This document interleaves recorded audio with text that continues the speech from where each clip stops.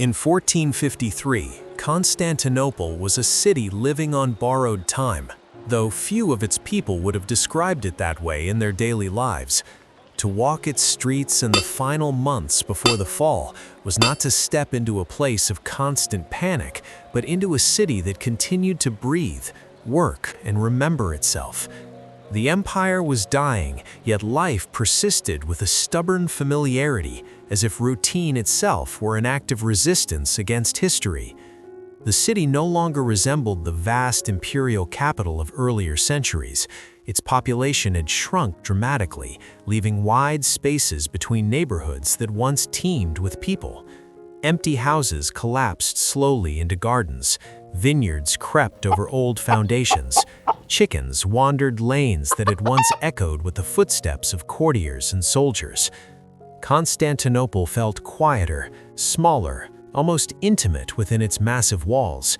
Yet those walls still stood, immense and solemn, enclosing a world that refused to disappear. Life clustered around churches, wells, and marketplaces. Each neighborhood functioned like a village, bound together by shared faith and necessity. The parish church was the heart of daily life. Bells marked time, not hours but moments of meaning, prayer, feast, warning, mourning. People greeted one another by name. Families knew who had bread to spare and who did not.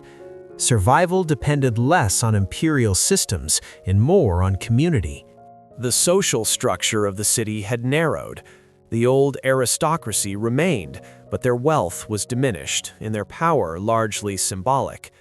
Many noble families lived in decaying mansions, their marble columns cracked, their mosaics dulled by time and neglect. They still carried titles and memory, but little certainty about the future. Their lives were shaped by caution rather than grandeur. The emperor himself lived among them, not as a distant, godlike ruler, but as a visible, almost approachable figure. Constantine XI walked the city, spoke with soldiers, prayed publicly. His presence reflected the condition of the empire, dignified, exhausted, and aware of its fragility. Most of the city belonged to artisans, merchants, laborers, and clergy. Bakers rose before dawn to knead dough by lamplight. Fishermen returned from the Bosphorus with nets heavy with silver-scaled fish.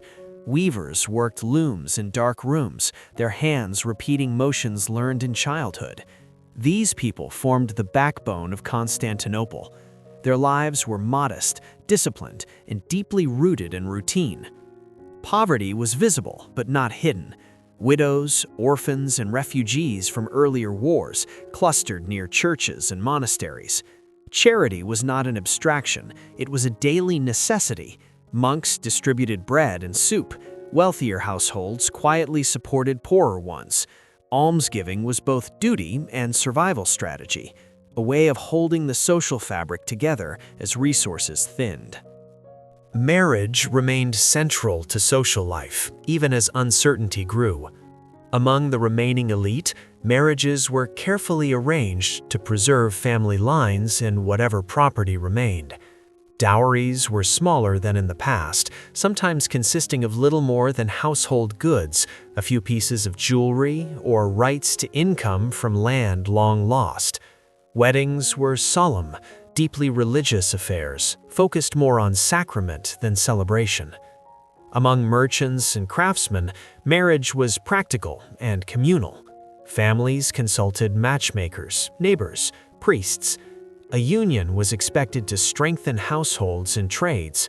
Wedding feasts were modest but joyful, filled with shared dishes, wine, music, and laughter that felt almost defiant. For the poor, marriage was simpler still. A church blessing, shared labor, and mutual dependence mattered more than ceremony. Love was not ignored, but survival shaped its expression. Women carried immense responsibility. They managed households, controlled small finances, preserved food, raised children, and cared for the elderly. In many ways, they were the quiet stabilizers of the city. Men went to workshops, markets, or the walls. Women ensured that life continued behind them. Food remained a central comfort. Bread was eaten at every meal, its quality marking social status. Olive oil flavored dishes whenever possible. Lentils, beans, onions, and cabbage filled pots across the city. Fish was abundant and cheap, pulled daily from the surrounding waters. Meat was rarer, saved for feast days, but poultry and goats still appeared on tables when possible. Cheese, yogurt, figs, and honey sweetened meals. Wine flowed regularly, diluted with water, shared slowly. Meals were communal and unhurried. Families ate together, neighbors shared what they had. Hospitality remained sacred. To refuse food to a guest was unthinkable, even when supplies were thin. Eating together reinforced a sense of normalcy, a reminder that life still had structure. Leisure, though limited, did not disappear. Music drifted through homes in the evenings. Simple instruments accompanied songs that blended religious devotion with folk memory. Stories were told of saints, of heroes, of the old empire when Constantinople ruled seas and armies. These stories were not escapism, they were continuity. Children played in the streets with carved toys, hoops, and stones. Soldiers played dice or chess in quiet corners. Public baths, fewer than before but still functioning, served as places of conversation and social exchange. Reading remained a cherished activity among the educated, especially religious texts and classical works copied and recopied by hand. Faith permeated every aspect of life. Icons hung in homes, shops, and doorways. People crossed themselves reflexively. Before meals, before travel, before sleep, prayers were spoken. Religion was not an abstract belief system, it was a lived language through which people understood suffering, hope, and endurance. As the Ottoman threat grew closer, this faith intensified. Processions wound through the streets and along the walls. Relics were carried openly, believed to protect the city as they had in centuries past. Many believed that Constantinople had been saved before and could be saved again. Others suspected the end was near, but prayed all the same. Despite the looming siege, life did not stop.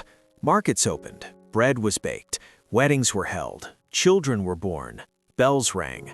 There was fear, but there was also a profound refusal to surrender daily existence.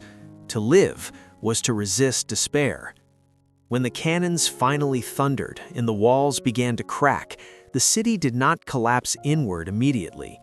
People took shelter, prayed, fought, and mourned.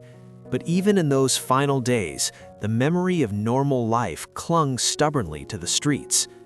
Constantinople did not die socially before it fell militarily. Its people lived fully until the end.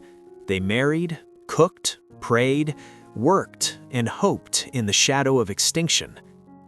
The fall of the city marked the end of an empire, but not the erasure of its humanity.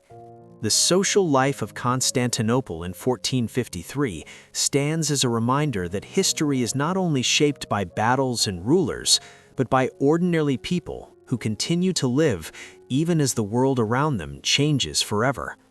In those final days, the empire did not vanish quietly. It lived.